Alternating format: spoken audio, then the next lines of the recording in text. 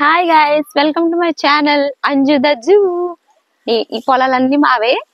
ఆ ప్రీవియస్ వీడియోలో నేను చెప్పాను కదా, సిస్టమ్ వర్క్ నా వల్ల కాదు, ఫ్యాషన్ లోకి వచ్చేసానని. సో ఇప్పుడు నేను చెప్తాను మీకు నా డీటెయిలింగ్ గా ఎందుకు వచ్చానో ఇక్కడికి.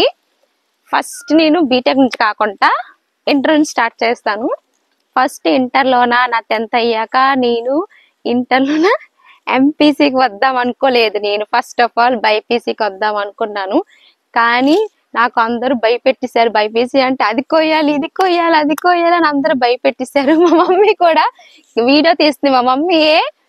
అయితే ఎందుకని ఎంపీసీ షిఫ్ట్ అయిపోయాను. ఎంపీసీ నుంచి తర్వాత నేను హోటల్ మేనేజ్మెంట్ జాయిన్ అవుదాం అనుకుంటే మా మమ్మీ ఏమో చెఫ్ అంటే వంటలు చేస్తారా అది ఇది అన్నది.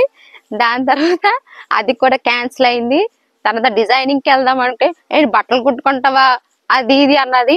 సో అది కూడా క్యాన్సిల్ అయిపోయింది. నెక్స్ట్ బీటెక్ జాయిన్ చేశారు. బీటెక్ లో నా బ్రాంచ్ లో ఇద్దరు స్టూడెంట్స్. నాకు కాలేజ్కి వెళ్ళలేదు, ఓన్లీ ఫర్ ఎగ్జామ్స్కి వెళ్ళాను. బీటెక్ అసలు డుక్ చేశాను, అసలు వెళ్ళలేదు కూడా బీటెక్ నేను. అబ్బా చాలా గాలి వస్తుంది, పొలాల్లో గాలి ఇలానే వస్తుంటది. అయితే బీటెక్ నేను అలాగా డుమ్మా కొట్టేసిన తర్వాత మన వల్ల కాలేదు అని ఆఖరికి డిజైనింగ్ లోకి వచ్చాను. This is all about my studies.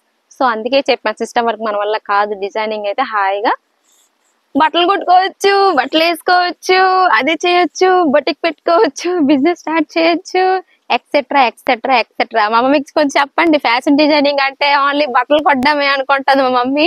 ఇంకా చాలా ఉన్నాయి, మా మమ్మీ కూడా చెప్పండి మీరు. ఎస్, ఇది the matter about my studies and all. అర్థమైంది అనుకుంటా అందరికి, మా ఇంటి మమ్మీకి కూడా అర్థమైంది. So please support to my channel. Bye guys.